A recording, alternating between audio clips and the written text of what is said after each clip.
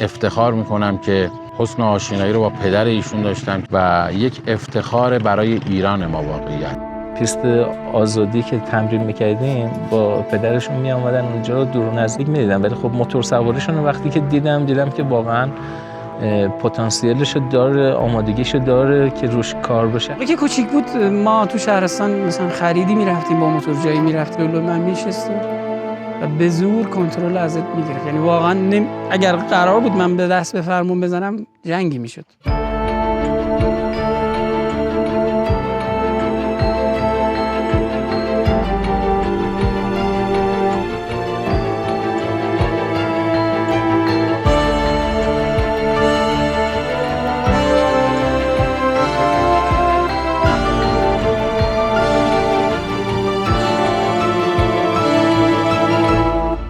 هستی رضایی هستم، متولد 1386. تهران به دنیا اومدم ولی اصالتا اهل خراسان شمالی هستیم. خیلی من موتور دوست داشتم چون از بچگی موتور دیدم. پدرم موتور سوار بود. جلوی پدرم میشستم و فرمون ازش میگرفتم، کنترل فرمون دست خودم بود. همیشه بهش میگفتم بابا اصلا موتور کوچولو هم داریم؟ بعد میگفت آره داریم. بعد میگفتم که نمیشه برای من یه دونه بخری؟ بعد رسید به تولد 9 سالگیم که کادوی تولد بهم یه موتور چینی کوچیک 50 سی سی برام خرید. شروع شد دیگه داستان از اونجا.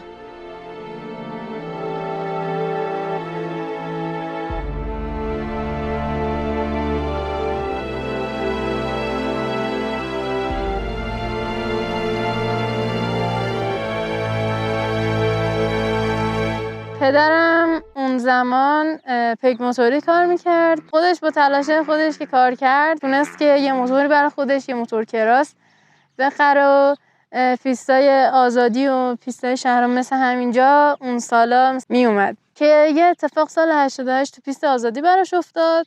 یه سال خورده‌ای درگیر پاش بود. بعد از اون اتفاق پدرم دیگه نتونست تهران کار کنه و مجبور شدیم بریم شهرستان. بابام با همه پدرها، با همه طرز فکرای مثلا اون پدرای اون زمان فرق داشت.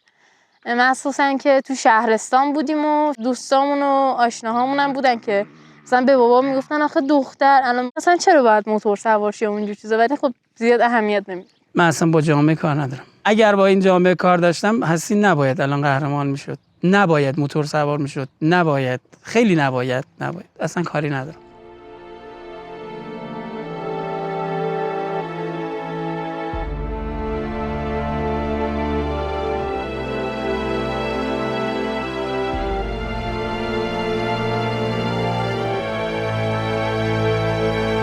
خاطر هستی دور اومدیم تهران با موتور سواری. بعد اونم 1 سال کامیونو داشتم، تریلی رو. گفتم خب حالا ما که تمام، بذار ببینیم برای این بچه چی کار میتونیم بکنیم. فروختم و هزینه کردم برای دخترم. اصلا ناراحت نیستم. 10 سالگی بود که اومدیم تهران. وارد پیست خاکی شدم. خب یه ذره تعادل سخت‌تر میشد ولی خب بازم خوب بود. چند جلسه تو پیست خاکی بدون مثلا تجهیزات نرمالی سوار شدم. بعدش دیگه لباس و با اینجور چیزا آشنا شدم. لباس موتور سواری گرفتیم. سال 96 بود، آخرای 96 بود که توی مسابقه 65 سی توی آزادی برگزار شد. توی کلاس 65 سی شرکت کردم و نفر اول شدم.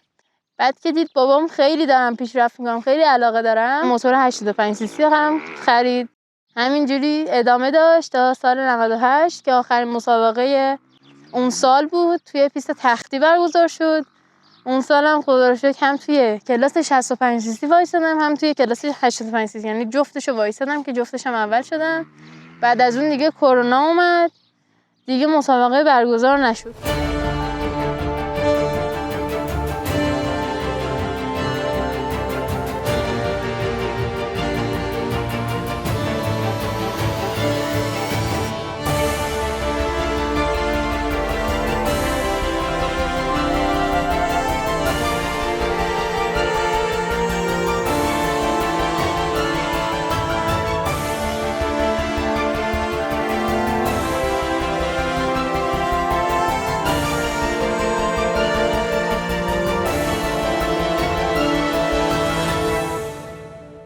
تا سال 1400 کوچکترین فردی بودم که توی کلاس 250 cc شرکت کردم و توی سال 1400 نفر اول شدم.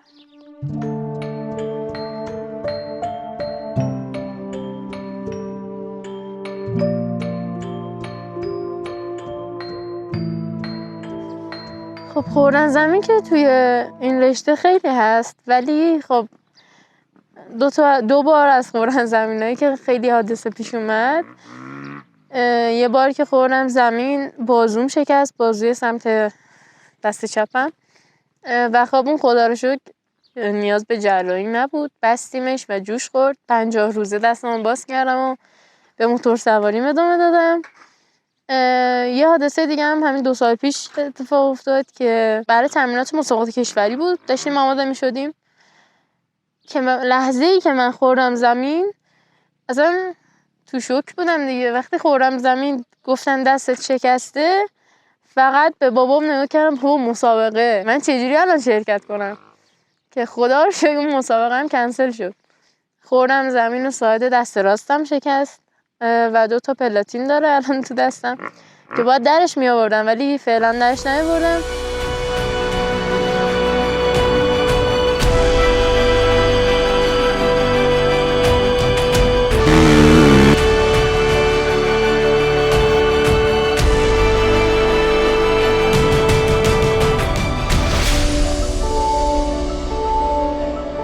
پارسال سال 2021-2022 قهرمان سال خاورمیانه شدم که توی کشور امارات برگزار شد. 8 ران قهرمانی آوردم. ما پارسال مسابقه دبی 600 میلیون هزینه کردیم، فقط رفتیم و برگشتیم. این بچه مسابقه داد و خدا رو شکر نتیجه خوبی گرفتیم.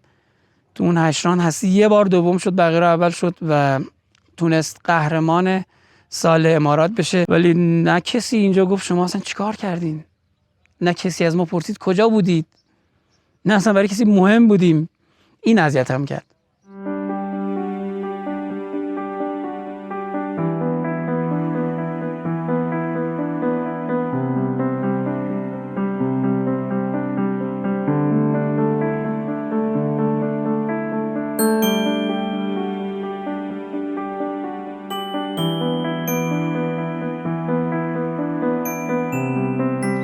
و همین شهریور ماه پارسال توی مسابقات جهانی شرکت کردم. توی 1 راند مسابقات جهانی شرکت کردم که این مسابقات جهانی شامل 6-7 راند میشه که توی کل جهان توی کشورهای مختلف برگزار میشه که یه راندش یعنی راند پایانیش توی کشور ترکیه بود، شهر آفیون، که من شرکت کردم و توی 29 شرکت کننده چند نفرشون حذف شدیم 27 نفر که من نفر 20 اونجا شدم و توی لیست رنکینگ جهانی قرار گرفت.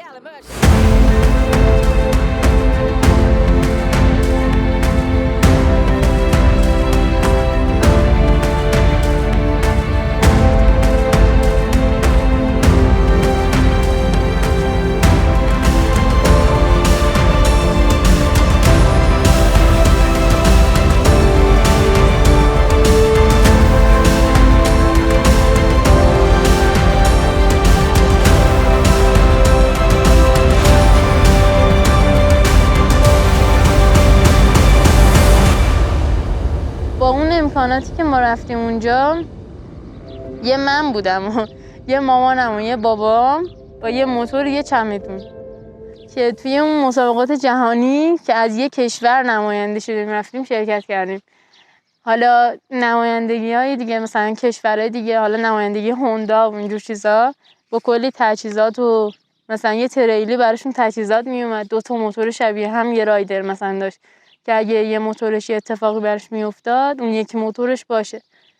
کلاً خیلی تجهیزات داشتن. این رایدی که تو ایران داشتم نتونستم اونجا داشته باشم به خاطر همین استرس این چیزا. خیلی از نظر روحی تحت فشار بودم. باید اینجا کلی خواهش تمنا کنیم تا شرایط رو مهیا کنن که حسی بتونه با پسرا مسابقه بده، با پسرا وایسه. اونم اگر کمک یه سری از دوستانمون نباشه که اصلا نمیذارن. به مسئولین میگن که لازمه این بچه الان با اینا سوار شه، اگر اینا نباشن که اصلا ما رو حرف ما رو خیلی راحت میگم آدم حساب نمیکنن. توی ایران خب مردا خیلی هستن که موتور سوار میشن، خوبم سوار میشن، مطرح هم هستن، ولی اینی که جرأتشو بکنن برن تو خط استارت پیش اونا بیستن، اینو هر کسی این جرأت نداره. حالا بماند الواقعش دیگه گرفتاریاش یا هزینه‌اش یا فلان بماند، واقعا جرأتشو هستی خانم داشته که رفته تو اون خط استارت ایستاده. موقعی که میره تو مسابقات جهانی شرکت میکنه، تو رنکینگ 20 جهان قرار میگیره و جز 20 برتر ورزشکار کراس سوار دنیا معرفی میشه، برای منی که ایرانی هستم واقعا یک افتخاره. موتور کراس فکر میکنم 50 سالی هست تو ایران قدمت داره. تو اون قدیم میگفتن که جایزه نفر اول کشور کسی که میشد قهرمان بهش یه موتور میدادن. الان کسی که قهرمان کشور میشه 3 میلیون. باور میکنی رومون نمیشه بگیم؟ میگیم نگیم بهتر از اینه که اصلا بگیم هیچی ندادن.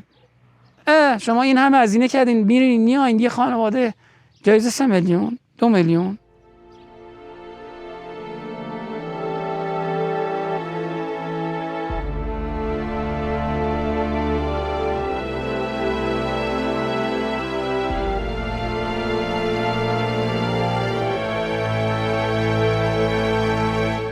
این ورزش گرونیه.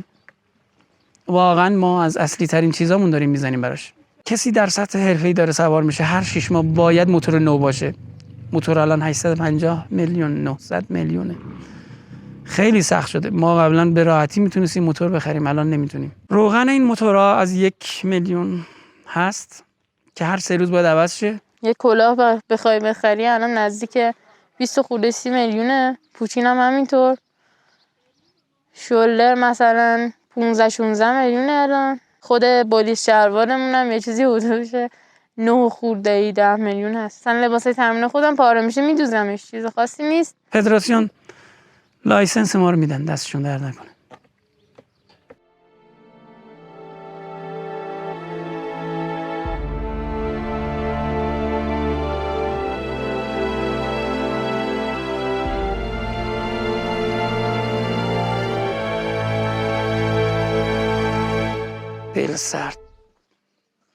دل سرد همه جای دل سردی رو حسی پر میکنه.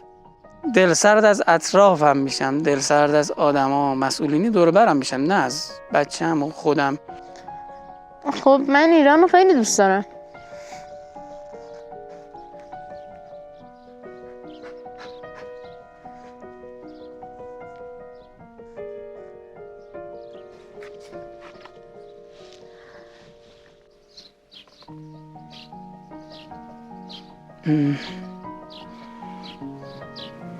نمیدونم چی بگم بریم.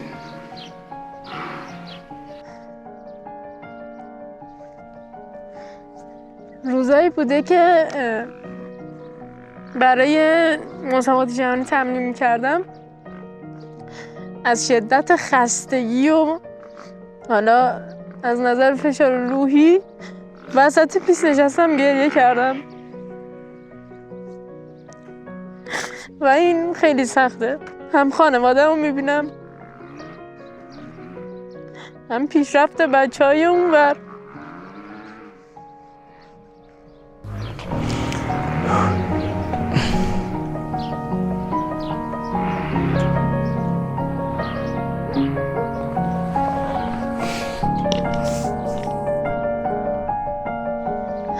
البته هدفمه که قهرمان جهان بشم با تلاش خودم، با حمایت دوستام، خانوادم. دوست دارم یه روزی رو اون سکو باشم.